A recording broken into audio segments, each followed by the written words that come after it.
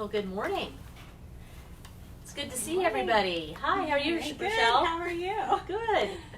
So we are coming back to you today to do another Facebook Live with Rochelle Walsh and talking about how we can all get through this situation with good strategies and with care and concern for all of our kids and students and adults. So we're just taking a couple of minutes, waiting for everybody to kind of get started and join us. Hopefully you have it on your calendar today to join us. And I'm going to actually take my Facebook here and turn it on so I can see questions that you have. Rochelle, how was your weekend? It was good. How was yours? It was good. Nice weather. It so was. Thankful for that while we're staying at home. Saturday was really breezy, otherwise known as windy. Yeah. And then yesterday was really nice. My whole family, we decided to take a little walk, and we walked around the entire lake of Lake Shawnee. So.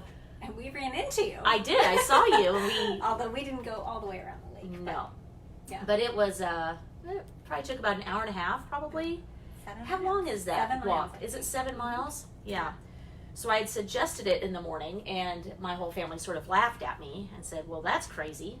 And then we get halfway around, we're like, well, we'll just do the whole thing. I'm like, not so crazy. Things. But it was so nice out. It was Yeah. good to see people. Yeah. And it was good to see the flowers starting to bloom. The arboretum out there is beautiful. But it was just, it's so nice and fortunate that the weather's starting to brighten up. It is. I think this is going to help a lot. It does help. Yeah. But we're just waiting for a few people to join us this morning. We are really excited to have Rochelle join us and partner with our school, Topeka Collegiate, for this unique experience. But I have just learned so much. When Rochelle and I visit over the weekend and start planning for our conversation on Monday mornings, I learn a lot, and it's been very, very special and something to look forward to, but provide really good information. I'm happy to be here, and I think it's great that you're taking the opportunity to just give your community some added information and value, because this is just uncharted territory for really everybody. Is. Uncharted is a good description of it. We are starting our second week of distance learning at Topeka Collegiate. So we started on Friday the 20th. So we had all of last week, and then we're starting our second week, and we're still learning as we're going and listening to feedback from kids and parents and trying to make it the best experience we can do to continue teaching and learning through the rest of this school year. But this is something that we find is just as important, not teaching and learning with content, but teaching and learning with how to take care of ourselves and the mental well-being, the mental health. So give me just a minute. And Brittany Crabtree is here with us today, and she's kind of monitoring Facebook at a distance. But Brittany, I might have to give you my phone because I don't know how to find this. Sure. Hey, everybody. So I opened it up to our page, but I'm not really sure where to go. No problem. So it looks like we have a few Thankful people. for all the tech people I know. in the world. Nothing about tech. Put me on the spot of where I'm supposed to be looking. We have a few people joining us, and that's good. We like starting just a little bit after 11:30, get everybody a chance to get a cup of coffee. Oh, and it's not muted. I have my new coffee this morning. I went to a new place over by our house in the eastern part of Topeka. Milk and Honey is a new coffee shop that just opened. I mean, literally 2 weeks ago, and they've only had their drive-through open. So imagining trying to open a business in this difficult time. So we went through there this morning, and I got their specialty. Good. Have you been there yet? I have not been there, but I've had their coffee. It's good. Very good. Husband and daughter went through the drive-through And brought it home? Yes. Good. Limiting who goes out. Exactly. They do a nice job. So get yourself a cup of coffee, or if you're getting ready for lunch, get yourself something to drink, and we're going to get started here in just a couple of minutes. And, So there it is. In the comments, you'll see roll there. Awesome. Very good. So, we have just a minute to get started, and I'll go ahead and just introduce myself and introduce our school. And I want to give Rochelle a chance to introduce herself and what she does. My name is Lynn Rance, and I am head of school at Topeka Collegiate School, which is a small independent secular school here in Topeka, Kansas. We are in our 37th year. We serve students and families ages 4 all the way through 8th grade, and just have hundreds of alumni that we're so proud of, and speaks highly to the work that our teachers do and our faculty do every year. So we, as a small independent school, we focused on college level curriculum, getting kids ready for advanced curriculum, but we also take a real strong interest in humanitarian ideals and making sure that we have a well-rounded student that graduates from our halls.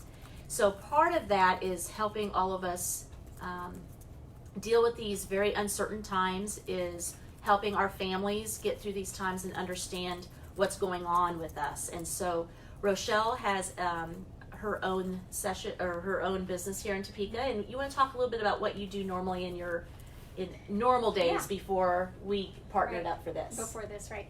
Well, I'm a trauma therapist. I specialize in EMDR, which is a technique that helps people resolve stuck trauma, oftentimes from childhood, but really with anxiety, depression, as well as PTSD.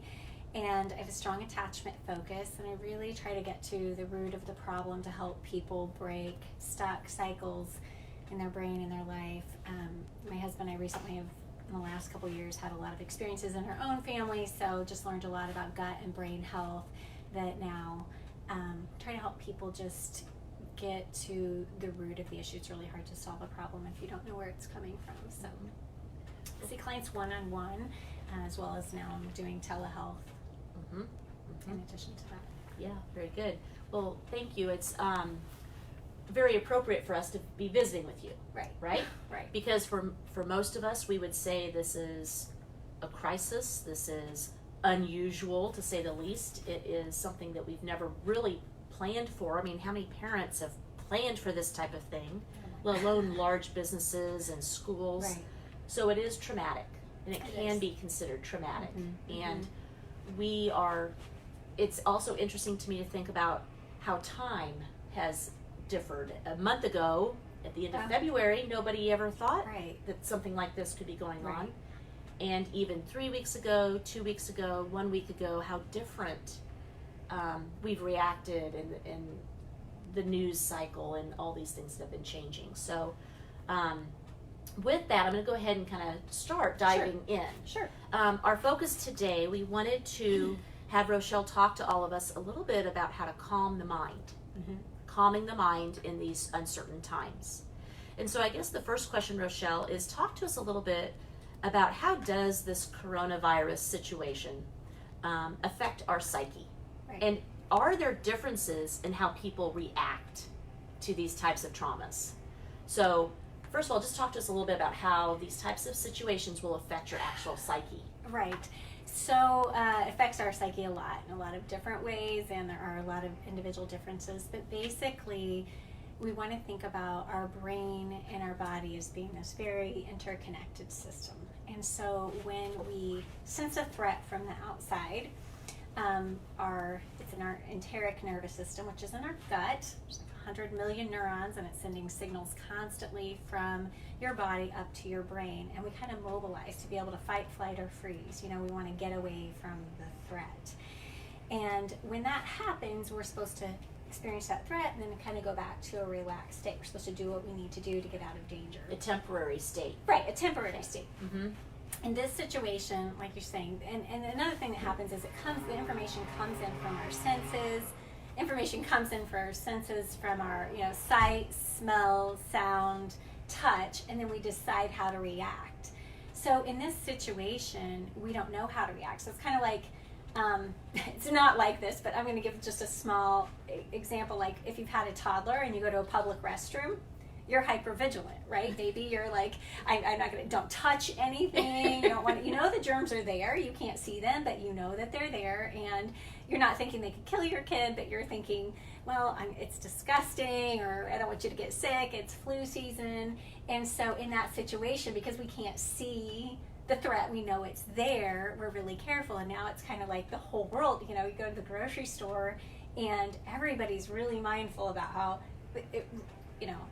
responsibly so, concerned about how far we keep from each other and what we touch and who we talk to and where we go. Hyper alert.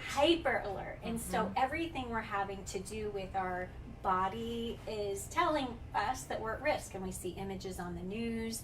And so we are in this hyper state of alert, but we can't rely on our senses to see if we're safe. So when I have clients and we're working through anxiety, saying, okay, you feel unsafe, and maybe that's from childhood, maybe that's from what's going on right now, and you want to go back to calming your body and then relying on your senses. Am I safe now? And that's the thing, is we don't know.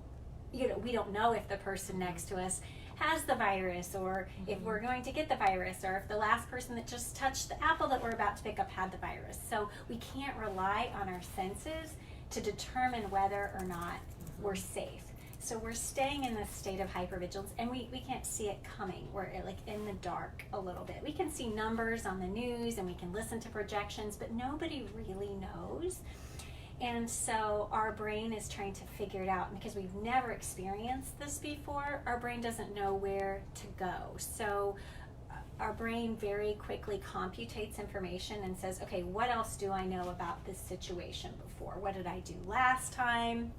What have I seen other people do, to determine how we're going to respond? But nobody's been in this situation before. So when our brain tries to figure out, how scared should I be? Am I overreacting? Am I underreacting? Am I worrying too much? Am I worrying too little? We just keep circling in our mind because it's looking for a file that's not there. We've never experienced this before, and a lot of our parents haven't experienced this before.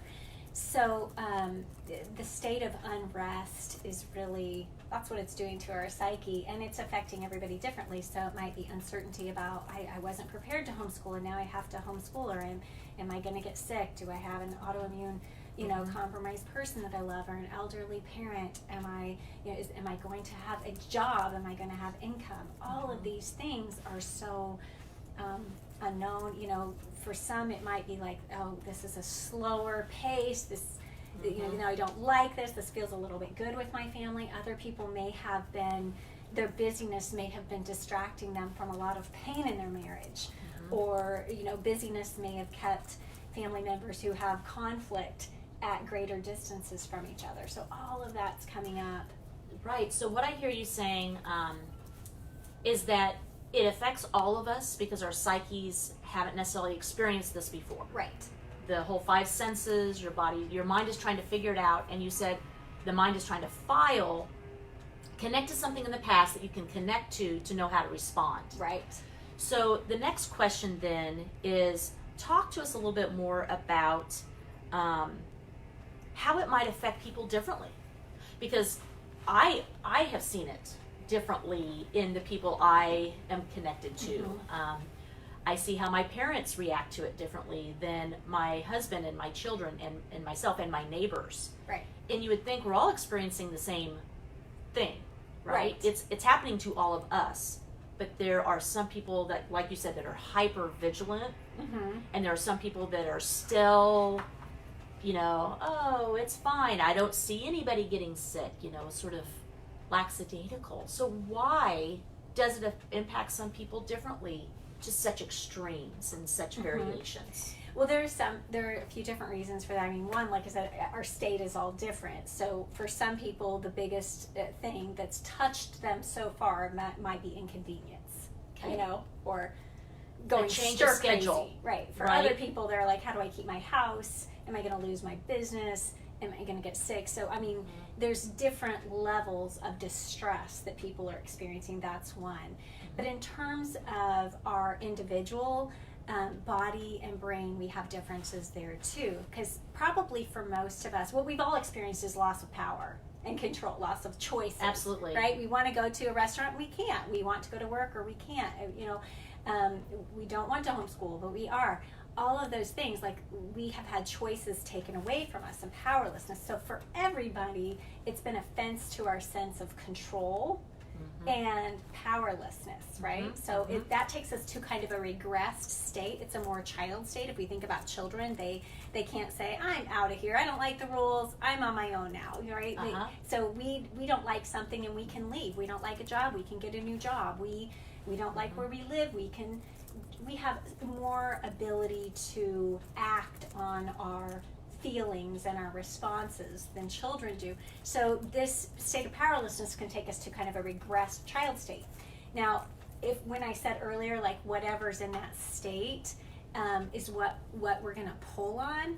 So if we go to their file in their brain and their child state of when they were powerless and didn't have a lot of choices, if they were kept safe, if they were nurtured, if they were cared for, then they go to that file and they might be like, well, this is uncomfortable, but I'm not in terror. For other people, that file of powerlessness or not being in control, there might have been abuse, there might have been unpredictability, mm-hmm. There might have been insecure chaos, food, right, home situations, you know, mm-hmm. just different things. So we all have a different filter through which we experience those situations based on not only our personality, not only but also where we've been. And then there's physiological differences too, because if we are before the age of 10 to 12, our brain is developing, and our lower brain is that's where our lower brain is our limbic brain. That's about preservation and safety.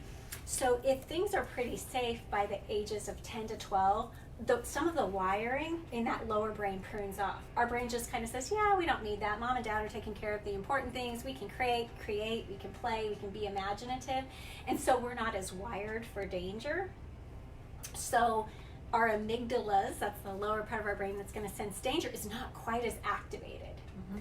For other people, they've been very adaptive to their situation, so they've kind of learned, I need to take care of myself, I can watch for this, I can watch for that. I'll always notice if I've had someone who is maybe, let's say, a veteran, they can hear every noise, right? And that's very adaptive. They're not flawed. They're just very adaptive and very sensitive to being able to perceive and see threats. So there's also an amazing amount of resiliency. While they may be more sensitive to the stress and see things, they are also very adaptive, very resilient. And then there's personality, there's safety. You know, we see increase right now in during stressful times of, unfortunately, child abuse and domestic violence. Those things go up, so that's also going to impact you know, how much stress we get from something like this, the dynamics of what's going on in our everyday life. Does that answer the question? Okay. Because I do think it's worth mentioning that it is everyone is being impacted by this. Everyone. Very few things. Right. I mean, regionally you might have weather patterns or horrible things that may happen, or good things that can happen, and it impacts a region. But this really is a national and international impact. It really is. And so I have found it curious how individuals react so differently, and it helps me understand that a lot of it, what you're saying, when you have powerlessness, how you respond to that is going to differ based on who you are and who you've been.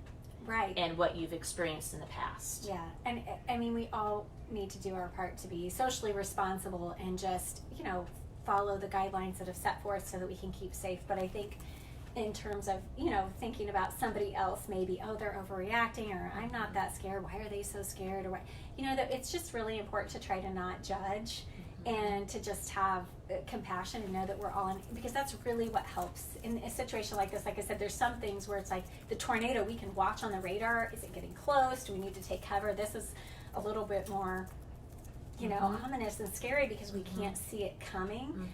But the good thing, or not good thing. Yeah. What are some strengths that we can pull from? Some good things is it's a collective experience. Collective experience. It's a collective experience. So if something happens to us personally, and yet it's so different than what everybody else is experiencing, there tends to be greater isolation, greater shame, you know, and those things we don't see with this. There's no shame around the coronavirus or being sick. And because it's happening all around us, the same would be true if something happened to your home and you lost your home overnight, maybe in a fire, as opposed to a tornado came through and got all the houses on the street, there's a sense of we're in it together. There's more mobilization of support from the community. So that's one thing that's really positive about that, is this collective experience. And then you see examples on the news of like people leaving things for their delivery carrier or their postman, or buying groceries for an elderly. So there's this sense of, you know, opportunity to connect to people through this experience, even though we're social distancing. And the internet's great for that too, being able to reach out and stay connected. So that's one of the positives, is that we're in it together, and that tends to bode better for the aftermath of something traumatic or hard that's happening, is to not be alone, because we're wired for connection. That's why social isolation is hard. We're neurobiologically wired to want to connect with others. How does the idea of empathy, empathy is something we talk about a lot at Topeka Collegiate, to have students feel for others, not sympathy, but empathy, to care for others in different situations, walk in others' shoes. Talk about empathy in this situation that we're all going through it. Right. Well, empathy's, I mean, one, it's just really good for relationships. I mean, you know, really to be able to think about not just how this is affecting me, but how it's affecting someone else. But it's actually another part of the brain too. So when we are consumed in our head, anxious, depression, if we have depressive symptoms, that tends to be like we spend about 70% of our time kind of mind wandering, thinking about our personal inadequacies or feeling of hopelessness. And with anxiety, it's really a rev up of our lower brain, overstimulated. Well, empathy taps into another part of the brain. So it not only takes us out of the mind wandering when we get depressive symptoms, but it also takes us out of that fear response. So whenever we can start thinking, I really have noticed, I mean, I've taught about this and learned about this, but you know, when I've gone through some really hard things in my life and I have to just kind of check it at the door and then go be with clients all day for 7 hours, I'm amazed. You would think that that would be draining, but actually at the end of that time, I realized, wow, I feel so good, because for 7 hours, I've not been consumed in my own problems. I've been really attending to somebody else's emotion and what that experience is like for them. And so it really is a great respite for our brain when we can tap into what, you know, may be going on for somebody else. So connecting with someone else. And then is there anything I can do to reach out to them, or, you know. Sure. Yeah. So the research on just the impact of just smiling, how that changes your chemicals in your brain, probably the same is true similarly with empathy and reaching out, connecting, and helping others. That when you're feeling most anxious or feeling the fear or anxiety, maybe a great thing you could do is to take that time to reach out to someone else, or Zoom with someone, or write the letter to touch base and to give to others, because it is it's a selfless act that becomes a helpful act for yourself. Yeah. And I don't know I don't know if there's any way to actually, you know, quantify it, how much time or the difference, but I would say, like, I felt more stress over this after watching a lot of the news.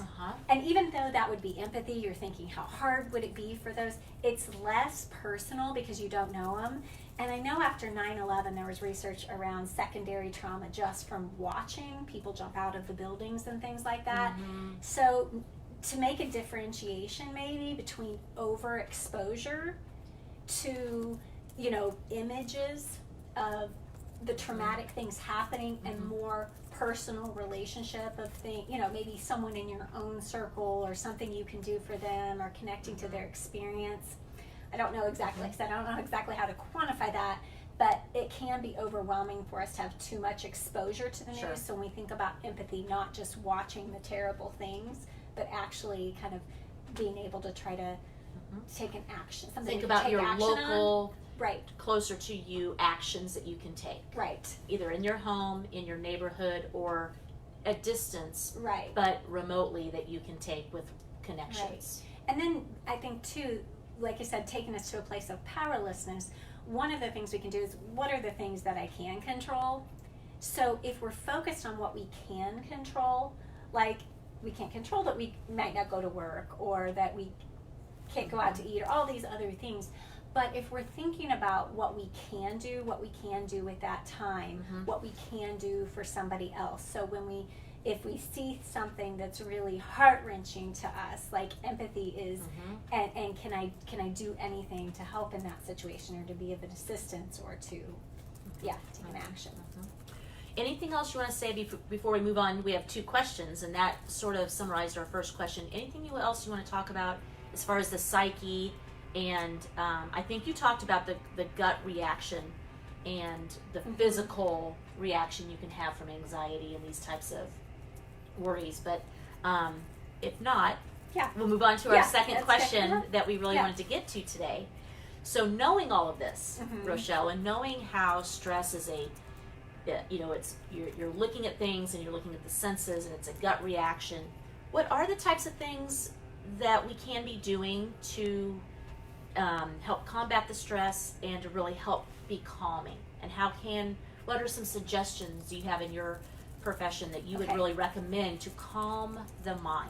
Okay, so I'm going to go through these, and then some of these I think we're going to touch on in later sessions. But the first thing I would say is that you really need to go through the gut. There's 80% of the information. We have this vagus nerve that connects our brain to our body and branches out to all our organs. The 80% of the communication goes up rather than down.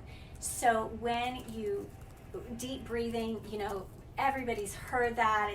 This is not new information, but really probably we don't appreciate how much our breath, because our fight or flight is automatic, right? We don't think about it, just like we don't think about digestion. We don't think about having to take a breath.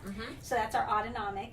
And then we have our, our parasympathetic, our relax. We want to be rest and digest as opposed to fight or flight. Well, the quickest way to change that is through vagus nerve stimulation. So when we take a deep breath, we activate our vagus nerve, and it sends a response to our brain that everything's okay down here, calm down. So if we do that repeatedly, we're taking deep breaths. So it's not just a piece of advice to calm down. It really is a physical thing you can do that helps you calm down. It is a physical reaction, and research shows that if you do 20 minutes of deep breathing over 15 weeks, brain scans will change. I mean, it's very, very impactful. And because I'm so bad at tech, I did a PDF for this. You can email me. You can let Topeka Collegiate know, because there's You're happy to share it. Right. There's some things you can do to activate the vagus nerve, but really calming your body is the first thing. Breath. You're not going to think your way out of an anxious state. Thoughts are important, but when you're really hyper alert, you need to incorporate your body, because I want to just explain that a little bit more, because thoughts, our mind is so powerful, and it does control every system in our body. And so I'm not at all saying that that's not important, because it's vitally important. But if someone's on the edge of a panic attack, or they're not sleeping at night, they're already really in their head. And so getting out of your head and calming before you do those is really helpful. So, taking a walk, anything you can do there's certain poses you can do, stretching to calm your body. Anything you do to take care of your body takes care of your brain. They're so closely tied. So again, 100 million neurons in our gut biome, what we eat. Taking care of your physical health is taking care of your brain health. You really can't separate them out.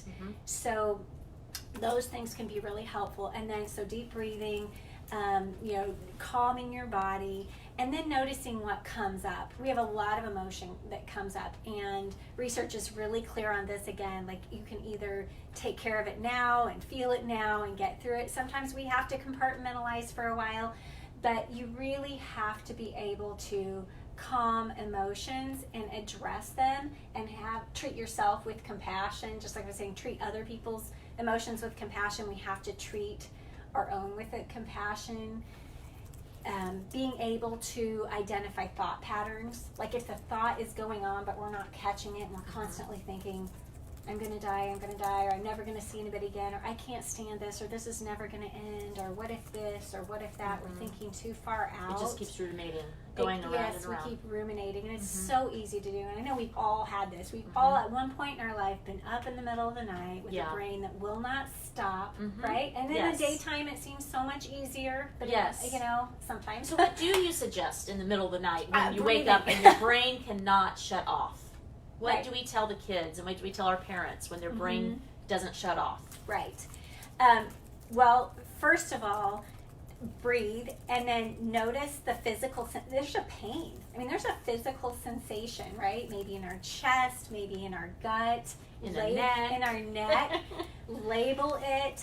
Breathe through it. It's okay. It's okay to feel it. A lot of our anxiety comes from bracing from the feeling. We don't want to feel it, we don't want to experience it, and we start to panic a little bit when we have those sensations. We start to panic, and then attaching meaning to it. You know, when I said earlier that our brain is kind of circling because it doesn't know where to go, it doesn't know what file to pull from, doesn't know what to make of it. That really, if you can attach yourself to a meaning or a perspective that tethers you to something.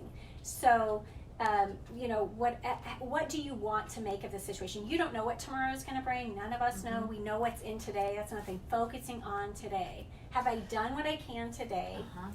Have I done what I can today to stay safe? Is there anything I need to take action on? If there's something you need to take action on, like setting some restrictions for your kids or Lysoling all your faucets, do that. So let me give you an example of something, and you tell me if this is what you're talking about, tethering. So when I get up in the middle of the night and I'm worrying about school, I'm worrying about the students and I miss so much, and my families, and making sure we're serving our families and what they need, what I tether to is that I have an amazing team.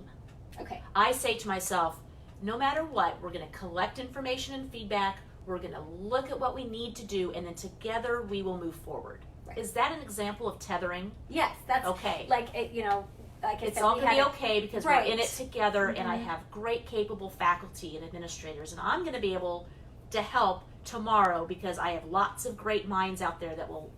So is that an example of tethering? Yeah, right. Like we've had a real heavy medical situation in our family, and mine was kind of like, this is a mystery to me. No one knows. I would say, God knows. God knows what's tomorrow, and so I can rest assured it's going to be taken care of because I'm not going to know. I'm not going to know today what tomorrow comes. So yes, if it's, whatever it is that you can bring your mind back to that you are sure of, right? Because there's so much uncertainty, but when we bring something back to that we are sure of, that we can be grounded in, that's our shore. I think that's something that we talk to our students about a lot. Is the one thing we tether to at school, at Collegiate, is when the student is doing a project or a challenging activity, the one thing we always say is just try your best. That's it. Just try your best. And it's a really good tethering moment because when they do their best, it's going to be just fine. Yeah. And there's nothing else they have to try and do. There's no competition with others, no worrying about what the sibling has done, but they just do their own best. And that is something I know that I use with my own children is no matter how it comes out, as long as you try your best, it's going to be just the way it was supposed to be. Right. So I think that's a really helpful piece of advice that you're giving is to help calm the mind, besides the breathing and I hear you saying, pay attention to what your body is telling you. Right. But then also find ways to tether.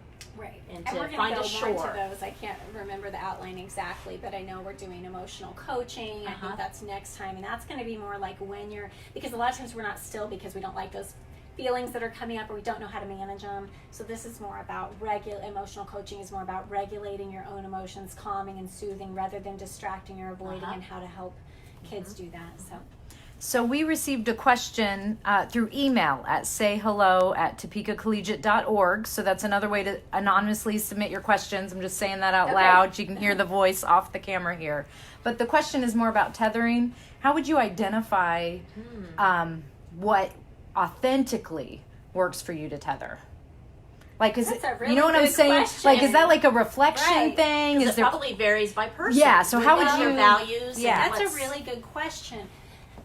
But one of those goes back to kind of what we were talking about today, which is our enteric nervous system. Like our mind, if I'm trying to think about, make a decision, and I have struggled with this, like I'm thinking, what is this person thinking? What is this person thinking? What's right or what's wrong or what I should do or what, you know.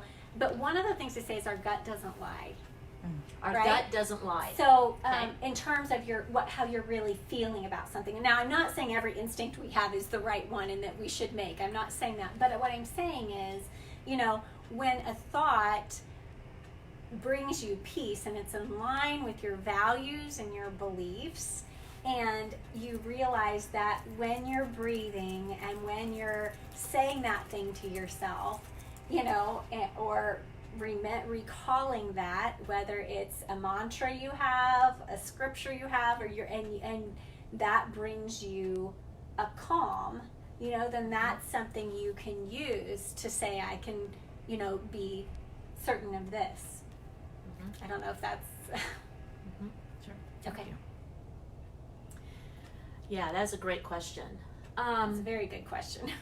Trial and error. Trial and error. Yeah. What about connecting to emotions? Connecting to emotions. That has a lot to do with how we learned about emotions.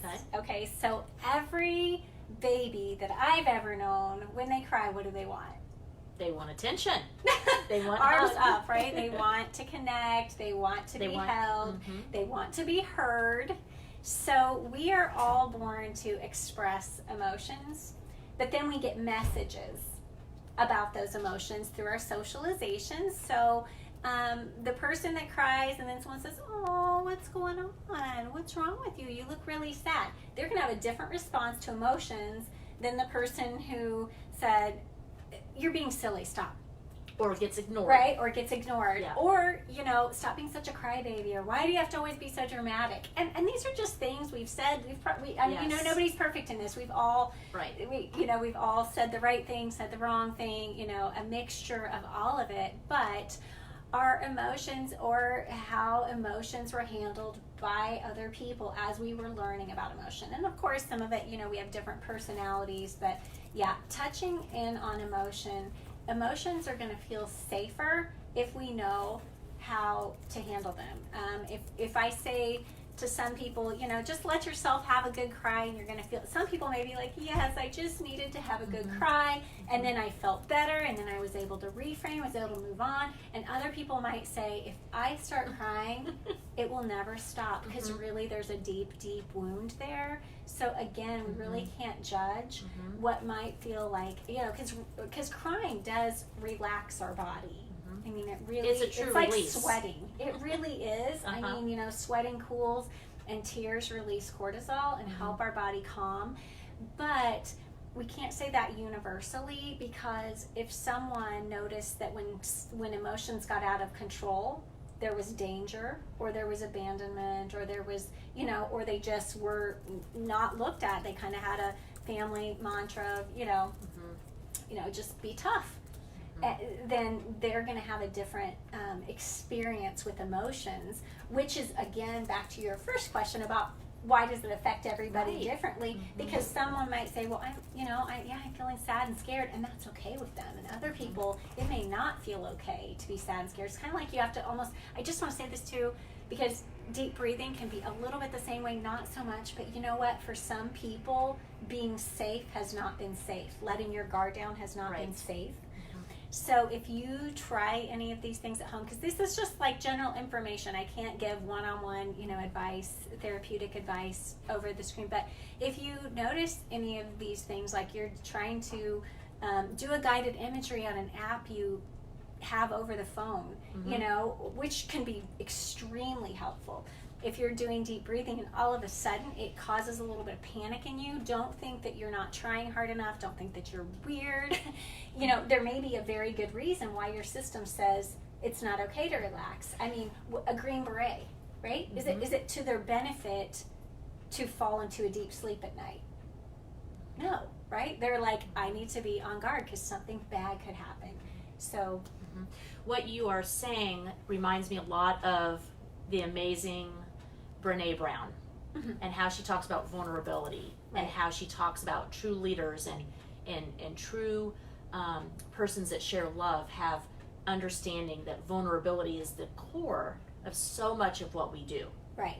And it takes vulnerability to show courage. And I know she has been very well recommended. I know our Marilyn Keto, our third grade teacher, just loves Brene Brown and the research she's done in the early 2000s, around 2002, and the books that she's written. But what you're saying falls in line a lot of what she has researched and written about. Right. That vulnerability of deep breathing and how you have to, it will impact everybody differently. Right. And if something does come up, it might be that it's something that needs to be taken care of, right? It just means to not judge it and to take those things as information, right? Information about ourselves, and to be curious about it, another thing that kind of switches on another part of our brain, and just to be able to not judge yourself for not being able to do it right, or have some grace with yourself, and understand that we all really adapt very well to whatever our situation was. So if we adapted by not learning to relax because that helped keep us safe, then that's very adaptive. It might be just outdated. We need an update, but it probably worked at the time, and so shame doesn't help us with that. Shaming ourselves about that response doesn't help us get to a healthier, more relaxed state. But it should be a goal for everybody to learn to relax more, because it's good for you physically, mentally, emotionally, spiritually, everything. So good. I know we're running short on our time, so I just want to double check to see what we had said we wanted to cover. When you look at these last few things, Rochelle, I know we talked about creating meaning, creative meaning. Is there anything else you wanted to share about calming the mind? I think that's kind of what I was referencing when I was saying tether to a perspective, or something that you can be certain of, add meaning to it. They've all, I can't quote it exactly, but they've also done research about like perception of pain. Your perception of pain when you have a baby is different than your perception of pain if you were to all of a sudden be attacked or something like that, right? Because of the meaning you attach to it. Sure. So when we attach meaning, and we have a perspective shift that gets us to something beyond the difficulty of a circumstance, it really helps us to reframe it in a positive way without dismissing the emotion. I have to say that, without dismissing the emotion, because we can't rush too much to just positive thinking and suppress everything, because this is a hard situation. We're all going through really, tough really things tough right now. ones. Yeah. So if I was going to summarize calming the mind, Yes. I would say these things and then you fill it in. Okay. First of all, listen to what your body is telling you. Right. Okay? And breathe. Yes. Listen to your body and breathe. Right. Because you talk about how so much is connected physically to the mind. Right. And I would almost reverse those. Breathe so that you can listen to your body. Thank you. Thank you. Breathe so you can listen to your mind. Your body. And listen to your body. And then really find what you can tether to calm your mind. Right. Okay? Validating the emotion, tethering to what you can do that's in your control, in your safe space. Right. So that you can move forward. Right. Knowing that there's no shame. Right. Okay? And also helping develop that idea that there's empathy in what we're doing, so you may not have a lot of control, that loss of the powerlessness, the loss of control. Right. So what can you control to continue to move forward and help your mind be more adaptive and effective. Right. Anything else you would... Wow, you're good. Well, you explain it really well, but it really does help understand how the mind needs to be calmed, and those are some strategies. Right. But yeah, if you could share your PDF with us, that would be great. I'm sure we'll have folks that would love to see that. Okay. And then talk to us about what we're going to talk about next week. What's the topic for next week? So next week is going to be what to do with the emotions that come up. I mean, just really how to help regulate our emotions, because it's going to be the thing that all of it's important. But I'm so glad you're doing this, because mental health is so important in these situations, because it affects everything. It affects our efficacy at work and home, and just our relationships with right. family and extended family. Right. And I think, with emotions, they're, again, just back to the socialization, that next week is going to be kind of about helping identify different styles and what you may have been accustomed to and socialized into, what your system may have adapted to, and how you can move into regulating and soothing emotions rather than stuffing them, because stuffing them and avoiding them is different than soothing them. And I think that is what is coming up for a lot of people, is that busyness and activity are often distractions from hard feelings. And with some of those distractions removed, we get worried about other things taking its place. Addiction is, oftentimes at its core, it's shame, but it's also a distraction from really uncomfortable feeling states. So anything we do that we say, why do I do that so much? And I know I don't want to do it, but I keep doing it.